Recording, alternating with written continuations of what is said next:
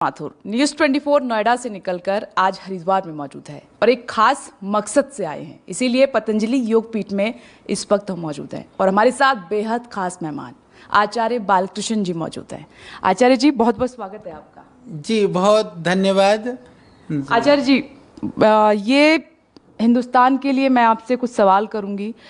हम second wave से तो निकले ही नहीं हैं अभी तक, उसको लेके अभी भी खतरा है, केसेस आ ही रहे हैं, लेकिन थर्ड वेव का जिक्र हो रहा है कि वो और ज़्यादा घातक हो सकती है। तो मैं ये जानना चाहती हूँ कि पतंजलि ने थर्ड वेव के लिए, जैसे सेकेंड वेव में एक तैयारी आपने की थी, तो थर्ड वेव में क्या तैयारी की है? कोरोना एक महामारी के रूप में हम सब उसका सामना कर रहे हैं। पूरा देश किसी न किसी रूप में, हर व्यक्ति उससे पीड़ित है। अभी भी जो हमने पहले वेव में, सेकेंड में जो किया, योग, प्राणायाम और जो हेल्दी फूड है उसके सेवन से, और जो सोशल डिस्टेंसिंग के साथ साथ में जो एक तरह से जो प्रिकॉशंस हमको लेना चाहिए, सावधानियां हमको बरतनी चाहिए, उसके लिए हम लोगों ने बहुत ध्यान रखा। हमारे यहाँ भी बहुत छोटे छोटे बच्चे हैं, हमारे गुरुकुल चलते हैं, गुरुकुल के साथ में महाविद्यालय है, विश्वविद्यालय है। कोरोना के टाइम पर भी हम लोगों ने निश्चिंत होकर के बच्चों को यहाँ पर रखा, पर हमको उसको रखने में बहुत कठिनाई थी। जो स्टाफ है, बाकी काम करने वाले लोग हैं, उन लोगों को, क्योंकि वो घर आना जाना चीज़ें रहती थी, तो एक बहुत हमने रिस्ट्रिक्शंस लगाए। तो मैं इसलिए इस बात को बता रहा हूँ कि पूरे देश के अंदर में सबसे बड़ा साधन तो है कि एक सोशल डिस्टेंसिंग वाला जो पार्ट है, हम सामाजिक दूरी बना करके रखते हैं या बाहर के लोगों के साथ ज़्यादा संपर्क और संबंध में नहीं रहते हैं, तो कितने भी भयानक वेव आ जाए, बचाव में बचाव है। दूसरी बात, जैसे हमारे बच्चों में भी हमने ये किया कि सब लोगों को, सभी बच्चों को, छोटे बच्चों को हम एक एक कोरोनिल और एक एक श्वासाहारी गोली हम देते रहे लगातार। उसको देने के बाद में आप ये मानिए कि उनको सर्दी जुकाम खांसी तक भी नहीं हुआ सुबह शाम। तो सभी पेरेंट्स से हम ये निवेदन करेंगे कि एक तो सोशल डिस्टेंसिंग वगैरह का जो नियम व्यवस्थाएं बनाई गई हैं उसका पालन करें। दूसरा, जो वो कोरोनिल और श्वासाहारी एक एक गोली, बहुत छोटा बच्चा है तो आधी आधी गोली, दूध पीता हो बच्चा है तो 1/4 टैबलेट वो आप दे सकते हैं। वो निरापद है, किसी तरह से कोई हार्मफुल नहीं है, साइड इफेक्ट नहीं है। हमने उसका पूरा टॉक्सिकोलॉजी, फार्माकोलॉजी, हर तरह की स्टडीज हम करवा चुके हैं। और सामान्य रूप से वही घर में हम जानते हैं सब, गिलोय, तुलसी, अश्वगंधा, वही द्रव्य उसके अंदर हैं। और यदि आप घर से भी देना चाहते हैं तो तुलसी, अश्वगंधा, गिलोय अपने आप ले करके, काढ़ा बना करके, पीस करके, पाउडर करके भी आप दे सकते हैं। ज़रूरी नहीं कि आप बनी हुई ले लें, पर उसमें क्योंकि एक डोज है, मात्रा है, एक क्वालिटी है, उसका एक्टिव इंग्रेडिएंट का एक रेशो है, वो प्रॉपर ढंग से हमने बनाया हुआ है, तो इसीलिए आप उसको दे सकते हैं। तीसरी चीज़ हमने जो अभी की हुई है, जो हम सब लोग कर रहे हैं और श्रद्धेय स्वामी जी भी बोल रहे हैं, आज प्रधानमंत्री जी भी कह रहे थे कि हम योग अभ्यास निरंतर करें। क्योंकि जितना हम एक्सरसाइज, ब्रीदिंग एक्सरसाइज करेंगे, विशेष करके जो श्वसन की क्रियाएं हैं, क्योंकि वो हमारे रेस्पिरेटरी सिस्टम को स्ट्रॉन्ग करते हुए वो रोग प्रतिरोधक क्षमता को भी बढ़ाती हैं। और बैक्टीरिया का, जो वायरस का कोई भी अटैक है, बैक्टीरियल या वायरस अटैक है, उसको भी वो शरीर में ज़्यादा उसके दुष्प्रभाव को नहीं होने देता है। तो इसके लिए ज़रूरी है, चाहे छोटा बच्चा भी हो, तो आप योगासन, प्राणायाम रेगुलर कराइए, आयुर्वेदिक थोड़े प्रिकॉशंस आप ले लीजिए और बाकी नियमों का पालन करिए। तो ये हम पूरे बड़े लेवल पर हम पतंजलि में भी पालन कर रहे हैं और हम पूरे देशवासियों को यही निवेदन करना चाहते हैं। सेकेंड वेव में भी, क्योंकि अभी कोरोना का इतना बड़ा महामारी हुआ, हमारे यहाँ करीबन 25,000 लोग काम करते हैं। 25,000 लोगों में भी भगवान की कृपा से बहुत कम लोगों को कोरोना का प्रकोप हुआ तो हॉस्पिटल जाने की जैसे नौबत नहीं आई। 1-2 कैजुअलिटीज़ हुई हैं इतनी बड़ी संस्था होने के बाद में भी। ये भी एक अनुसंधान का विषय है कि इतनी बड़ी संस्थान में इतने कम कोरोना केसेस होना या कोरोना के बाद में भी किसी तरह से कैजुअलिटी ना होना, ये अपने आप में उदाहरण है और इसके ऊपर बिल्कुल अनुसंधान करनी चाहिए। मैं कहता हूँ कि दुनिया को रिसर्च करना चाहिए कि इसका कारण क्या रहा। कारण एक ही है, वह आयुर्वेदिक औषधियाँ और योग उसका प्रत्यक्ष एक उदाहरण है। आगे बच्चों के लिए भी जो हमारा निवेदन यही है कि आप बच्चों को जो जंक फूड वगैरह है, इस तरह के फास्ट फूड वगैरह जो चीज़ें हैं, आप मत दीजिए। ज़्यादा खट्टी चीज़ें, तली हुई चीज़ें, मैदे की चीज़ें, मसाले वाली चीज़ें कम दीजिए। आप सात्विक फूड दीजिए, हेल्दी फूड दीजिए। आप उनको च्यवनप्राश खिलाइए, आप उनको शहद खिलाइए, आप उनको जो हरी ताज़ी सब्जियां खिलाइए, उनको फ्रेश फूड खिलाइए, इसकी आप आदत डलवाइए। हल्दी में दूध डाल करके पिलाइए। थोड़ी सी जैसे सर्दी जुकाम है तो थोड़ा सा उसमें च्यवनप्राश के साथ में थोड़ी शिलाजीत दे दीजिए। यदि हम इन उपायों को करते हैं तो ये निरापद उपाय हैं। इससे रोग प्रतिरोधक क्षमता की वृद्धि होगी, बच्चों का स्वास्थ्य भी अच्छा होगा, और चाहे कोरोना हो चाहे कोरोना का बाप हो, फिर भी उससे भी उसका प्रोटेक्शन होगा। देखिए, ये तो आप सही कह रहे हैं कि नियमित रूप से योग करेंगे और जो आपने उपाय बताए हैं इस तरीके से, अगर आयुर्वेदिक ये मेडिसिन हैं घर में होती हैं तो हम स्वस्थ रह सकते हैं। जब मैं योग पीठ में आई थी तो बहुत छोटे बच्चे हैं, बहुत छोटे बच्चे जो बहुत एक सिस्टम के थ्रू चल रहे हैं, उनकी दिनचर्या एक फिक्स है। ये आपकी कड़ी मेहनत की वजह से, बाबा जी की कड़ी मेहनत की वजह से है। लेकिन यहाँ तो आप उनको सिखा रहे हैं कि आपको ये नहीं करना है, आपको ये करना है, आपको ये नहीं खाना है, आपको ये खाना है। लेकिन जो हिंदुस्तान के और परिवार हैं जो ग्रामीण इलाकों में भी बसते हैं, शहरों में भी हैं, उसमें इस तरीके के नियम कानून कायदे नहीं हैं। वहाँ एक बड़ा चैलेंज है आचार्य जी। तो ये कैसे हो पाएगा इतनी जल्दी, क्योंकि थर्ड वेव का जिक्र हो रहा है कि अक्टूबर तक आ जाएगी, ऐसा कैसे हो पाएगा इतनी जल्दी? पहले तो मैं यही कहना चाहूँगा कि बीमारी भयावह भय से भी होती है। हमको भयभीत नहीं होना है, हमको सावधान होना है। लोग सावधान कम होते हैं, भयभीत ज़्यादा होते हैं। जैसे आपने देखा भी सेकेंड वेव कम हो गया, खूब मस्ती में घूम रहे हैं, नमाज कहना, सोशल डिस्टेंसिंग है, कुछ भी नहीं है, यानी हम फुल मस्ती में हैं। तो हम सावधान नहीं हैं, पर थोड़ी बीमारी हो जाती है, हॉस्पिटलाइज होने शुरू हो जाते हैं, रोग बढ़ने, फिर हम भयभीत हो जाते हैं, हाय क्या होगा, सारा संसार बर्बाद, वो चीज़ दिखाई देता है। तो हमको भयक्रांत नहीं होना है, भयक्रांत होने की जगह पर हमको सावधान होना है। इसी तरह से बच्चों के लिए भी आप प्यार से उनको समझाइए कि बच्चों आपको ये करना है, ये नहीं करना है। बच्चे मान जाते हैं जब देश के अलग अलग क्षेत्र के, अलग अलग मानसिकता के, अलग अलग एज ग्रुप के, जब हम हजारों बच्चों को समझा सकते हैं, हजारों बच्चों की व्यवस्था में ला सकते हैं। आपके तो दो चार ही हैं, तो उनका आप क्यों नहीं कर सकते? तो ये आप बिल्कुल, होता क्या कई बार ना माता पिता ज़्यादा चिंता करना शुरू कर देते हैं, अनावश्यक भी कई बार होता है कि हम। इससे जुड़ा मेरा सवाल है, आपने ये मैं पूछने वाली थी उससे पहले ही जिक्र कर दिया। एक ट्रॉमा ने मारा है लोगों को, जो आप जिक्र भी कर रहे हैं, तो ट्रॉमा से कैसे निकलें? क्योंकि ना चाहते हुए भी आप वही सोचते हैं जिससे आपको प्रॉब्लम होती है। तो उस समय पर जब इस तरह के वेव चल रहे होते हैं तो मैं कहूँगा कि ये न्यूज़ चैनल वगैरह भी कम देखना चाहिए, क्योंकि दिन भर वही आदमी देख करके ऐसा लगता है कि सारे संसार भयाक्रांत हो गया।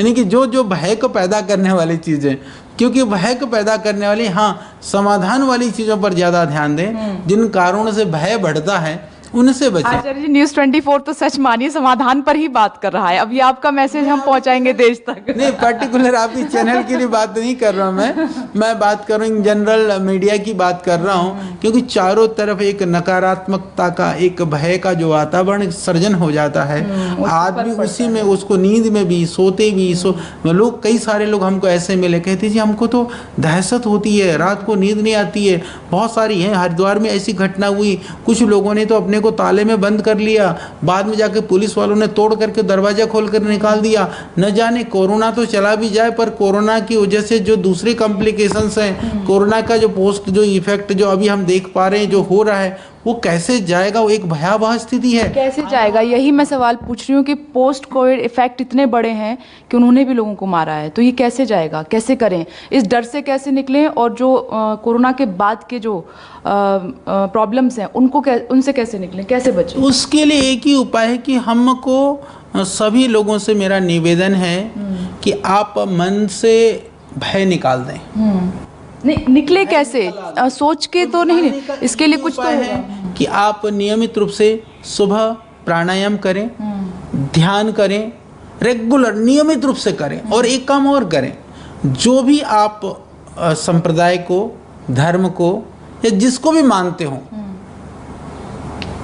उसकी आप थोड़ी सी उपासना करनी शुरू कर दें। प्रार्थना में भी बहुत शक्ति है। इसके अलावा यदि आप किसी को भी नहीं मानते हो तो समझिए कि जो प्रकृति है, प्रकृति के अंदर ये जो विकृतियां हैं, उस विकृतियों को दूर करने का सामर्थ्य उस प्रकृति में है, तो प्रकृति का आराधना करें कि सोचे हैं मुझे अपने आप को मजबूत होना है, इन परिस्थितियों से मुझे लड़ना है। इस भाव से सुबह बैठ के थोड़ा मेडिटेशन करें, थोड़ा ध्यान करें, ये बहुत ज़रूरी है, उससे शक्ति मिलती है। और जो वैदिक की सनातन परंपराओं को मानने वाले लोग हैं उनके लिए तो मैं कहूँगा आप हवन भी करिए, गायत्री का जप करिए। हमने देखा, अच्छा हवन भी क्योंकि हम लोग जोड़ते हैं, हालांकि सभी संप्रदायों में सभी धर्मों में कहीं हम धूना देते हैं, कहीं मोमबत्ती जलाते हैं, कहीं दीपक जलाते हैं, किसी न किसी रूप में हम अग्नि के साथ संपर्क में कुछ न कुछ क्रियाएं करते हैं। पर हवन वस्तुतः मंत्र चाहे न आते हो आप मत पढ़िए, पर जड़ी बूटियां डाल करके यदि अग्नि के अंदर जड़ी बूटियों को डालते हैं, हम गुग्गल को डालते हैं, हम उसमें केसर से लेकर के बाकी द्रव्य हैं जो है आपके जायफल, जावित्री, जटामांसी, शंखपुष्पी, इन द्रव्यों को डालते हैं, तो उन द्रव्यों को डालने से वो सूक्ष्म होकर के जो वातावरण के अंदर जितने भी जो वायरस या बैक्टीरिया प्रभाव है वो भी हम रिसर्च कर चुके हैं, वो वैज्ञानिक है, वो दकियानुसी और अंधविश्वास नहीं है, तो उससे शक्ति भी आती है और उससे समाधान भी होता है। उन उपायों को भी करें जहां आप रहते हैं। आप कहेंगे कि जी क्या अगरबत्ती जलाने से भी वो लाभ मिलेगा क्या? मैं निवेदन करना चाहता हूं, अगरबत्ती से वो लाभ नहीं मिलेगा, धूप जलाने से वो लाभ नहीं मिलेगा, क्योंकि धूप के अंदर वो खुशबू तो मिल जाएगी, पर उस जो कमरे में जो जितना भी जो वायरल और बैक्टीरियल जो प्रभाव है उसको खत्म करने का सामर्थ्य धूप और अगरबत्ती में नहीं है, वो अग्नि में ही है।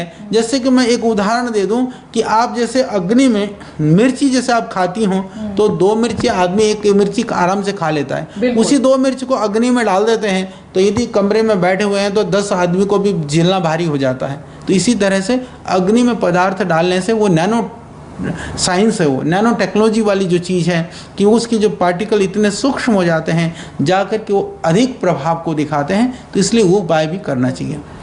अब ये इम्पोर्टेंट सवाल गर्भवती महिलाओं के लिए है। उनके मन में बहुत सारे डर हैं अभी, क्योंकि सेकेंड वेव में भी डर था, कई ऐसी प्रॉब्लम्स हुई जो नहीं होनी चाहिए थी, थर्ड वेव ने और डरा दिया है उनका। जो कंसीव करना चाहती हैं या हो चुका है या डिलीवरी होनी है, उन गर्भवती महिलाओं के लिए क्या कहेंगे आप, कैसे ख्याल रखें?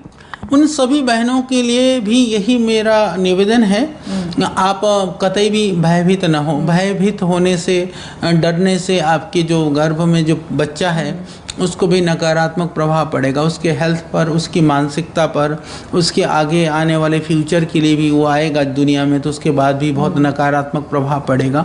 इसलिए आप एकदम सकारात्मक बन करके, जैसे मैंने कहा कि जिन कार्यों में आपकी रुचि है, स्वाध्याय में, अच्छी किताब पढ़ने में, चिंतन में, थोड़ा सा अपनी आध्यात्मिकता में उसको लगाइए और नियमित रूप से आप भी प्राणायाम करिए। प्राणायाम के साथ में आप नियमित रूप से जितने भी आप फिजिकल एक्सरसाइज वगैरह कर सकते हैं उसको भी करिए, घर के कार्यों को भी करिए, क्योंकि लॉकडाउन में बहुत लोगों का घर में आना जाना ठीक नहीं, तो आप पोछा लगाइए और दूसरे कार्य करिए। जितना भी फिजिकल एक्टिविटीज़ हो सकता है उनको आप ज़रूर करते रहिए, जिससे कि आपकी डिलीवरी नॉर्मल होने में उससे सहायता मिलेगा। और हेल्दी फूड का आप सेवन करिए, और उस समय पर भी आप गिलोय वगैरह आप ले सकते हैं। गर्भिणी स्त्रियों को भी गिलोय से और अश्वगंधा से किसी तरह से कोई हानि नहीं होती है, लगातार ले सकते हैं। कोरोनिल भी ले सकते हैं। कोरोनिल के संदर्भ में इतना ही है कि आपको थोड़ी सी गर्मी महसूस हो तो आप 1-1 टैबलेट ले लीजिए, 2-2 नियमित रूप से लेने की जगह पर, इतना ही ध्यान रखना है। हालांकि उसका कोई किसी तरह से कोई साइड इफेक्ट नहीं है, तो इतना करेंगे तो कोरोना होगा नहीं, हो भी जाएगा तो भयभीत मत होना, वो आराम से निकल जाएगा।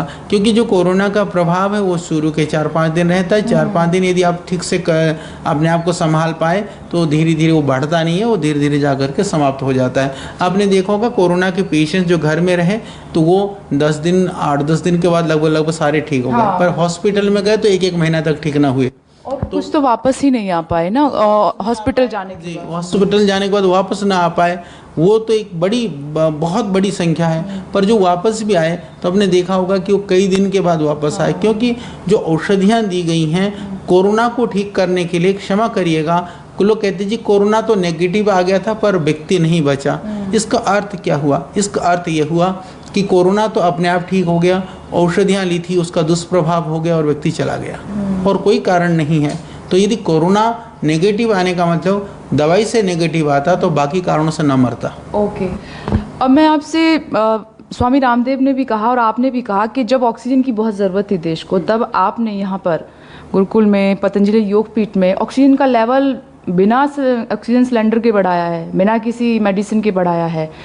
तो थर्ड वेव में भगवान ना करे कि ज़रूरत पड़े, लेकिन कैसे हुआ ये सब? और थर्ड वेव के लिए आप क्या कहना चाहेंगे? मतलब घर में अगर किसी को ऑक्सीजन की ज़रूरत है, थोड़ा कम हो रहा है, सर्दी है, खांसी है, ज़ुकाम है, तो हॉस्पिटल ना जाना पड़े, डॉक्टर तक ना जाना पड़े। देखिए, हमने देखा है, एक तो घबराए ना, ये कई बार अच्छा जो ये है ना ऑक्सीमीटर जो भी हम लोग करते हैं, उसमें भी क्या होता है कि कई बार वो बहुत एक्यूरेट नहीं होता है। ओके।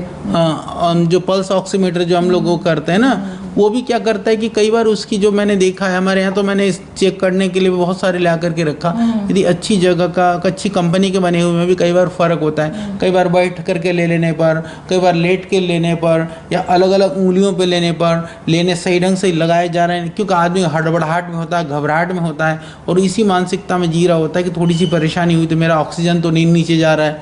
तो उस स्थिति में, और ऑक्सीजन भी हमने देखा कि जो 90 और 90 ऑक्सीजन लेवल बढ़ गया, तो फिर हमने जैसे कहा कि जड़ी बूटियों से हमने हवन करा, यही सारे उपाय हमने किए हैं, करके हमने बहुत अच्छे रिजल्ट्स और परिणाम पाए हैं। तो भरसक पहले स्वयं अपने घरेलू उपाय करने का प्रयास करें, सावधानी के साथ करें, फिर यदि क्रिटिकल कंडीशन है तो फिर ऑक्सीजन वगैरह की आवश्यकता पड़ने पर हम मना नहीं करते, हम कहते हैं कि ऐसी स्थिति यदि उससे बचा जा सके, ऐसी स्थिति ना आए तो वो ज़्यादा बेहतर है। मैंने ऐसे भी रोगी देखे, मैं आपको बताना चाहता हूँ कि कुछ लोग तो इतने भयभीत, जैसे कुछ हमारे परिचित परिवारों में भी कुछ ऐसे थे भाई बहन कि नहीं हमारा अभी ऑक्सीजन डाउन जाएगा तो फिर हम मरेंगे तो हम ठीक मर ही जाएंगे, ला करके रख दो, हमको हॉस्पिटल में कर दो, अब तो गया 95 हो गया, अब 92 हो गया।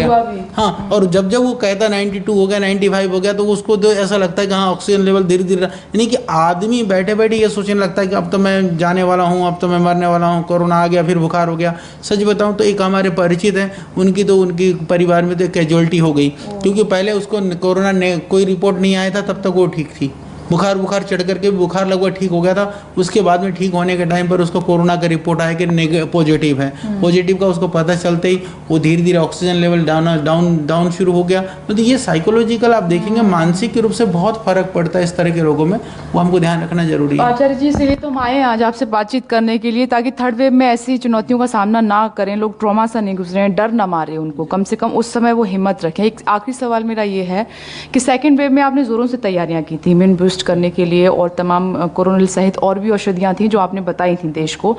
थर्ड वेव में कोई विशेष तैयारी है आप पतंजलि की तरफ से? ना, बिल्कुल हम लोग तैयार करके बैठे हैं। देखिए, अभी कोरोना के बाद में जो वाइट फंगस और ब्लैक फंगस वगैरह का जो भयानक था, वो भी हम लोगों ने थोड़ी सी तो बता दी। अभी हम लोग काफ़ी रिसर्च कर चुके हैं, अभी इंटरनेशनल जर्नल में जो है पब्लिश्ड होने के लेवल पर हम लोग काफ़ी काम कर चुके हैं, वो भी रिसर्च कर रहे हैं। और मुझे इस बात की एक तरह से हार्दिक खुशी है, बहुत सारे लोगों ने हमारे कोरोनिल और स्वासारी के प्रश्न उठाया, पर जितना लोगों ने प्रश्न उठाया था उन लोगों के पास कोई जवाब नहीं था, दुराग्रह कुग्रह की जगह कुछ था नहीं। तो उन्होंने यहाँ तक भी प्रयास किया कि हमारे जो रिसर्च पेपर छपे थे वहाँ पर भी ऑब्जेक्शन डाल करके उस तक को भी कैंसिल करें। तो आज हमारे लाइसेंस भी है औषधि की, आज विधिवत वो हम लोग दे भी रहे हैं, परिणाम भी आ रहा है। और किसी के कहने से, देखो, अपने शरीर के साथ कोई जो रिस्क नहीं उठाना चाहता है, दुनिया कोई इस तरह के काम नहीं करना चाहती। यदि आज 1 करोड़ से ज़्यादा परिवार के लोगों की रक्षा करी है तो कोरोनिल ने करी है। रिजल्ट है, लोगों ने खा करके फिर दूसरों को प्रेरित किया कि भाई हम कुछ अपग्रेड करने की कोशिश कर रहे हैं। इसको हमने कर दी है कि जैसे मान लीजिए कि जो ब्रीदिंग प्रॉब्लम्स बढ़ने लगी, तो हमने जो स्वासारी था, स्वासारी को स्वासारी गोल्ड में कन्वर्ट करा, कुछ फॉर्मूले चेंज करके।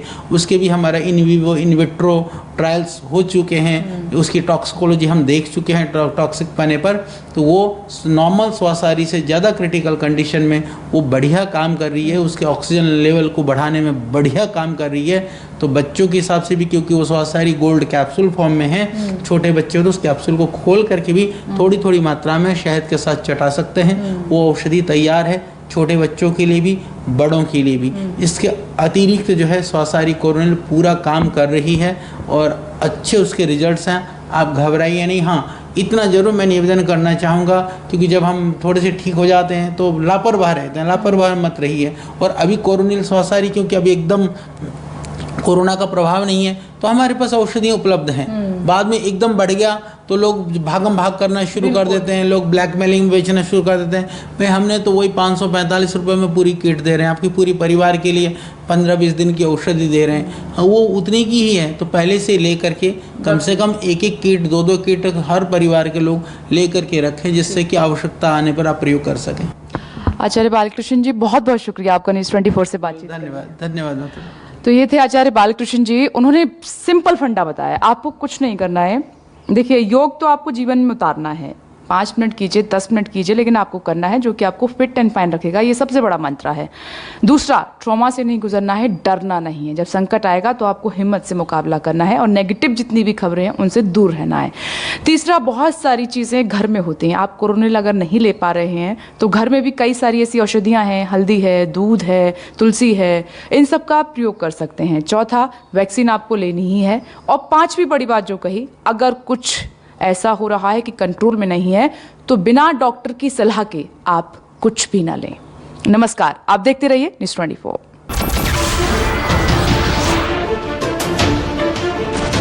नमस्कार, मैं हूं मानक गुप्ता।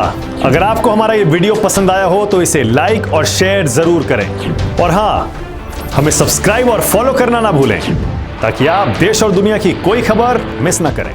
तो जुड़े रहिए हमारे साथ और देखते रहिए न्यूज़ 24।